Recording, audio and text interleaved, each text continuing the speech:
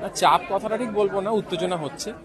যে আমরা যা করণীয় ছিল সেটা তো অলরেডি করে ফেলেছি, নতুন করে এখন আর প্রচন্ড টেনশন করে খুব একটা লাভ হবে না।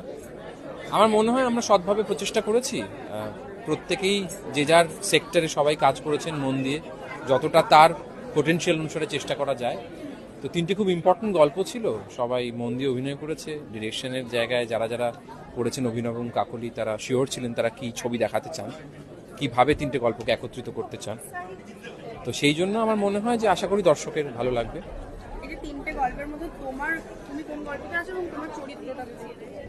আমি তারানাথ তান্ত্রিকের চরিত্রে অভিনয় করেছি এবং তিনটি গল্পের কানেকশনে তারানাথ তান্ত্রিকের একটা ইম্পর্টেন্ট ভূমিকা আছে। তো বলতে পারো যে তিনটে গল্পেই আমার একটা ছোট ভূমিকা আছে। এইটা বলা কঠিন, আশাবাদী মানে আশার তো কোনো শেষ নেই। অবভিয়াসলি চাইবো খুব ভালো হোক, দর্শকের ভালোবাসা পেলে আপাতত খুব খুশি হব। তারপর যদি অনেক দিন ধরে চলে তখন ভালো লাগবে আর।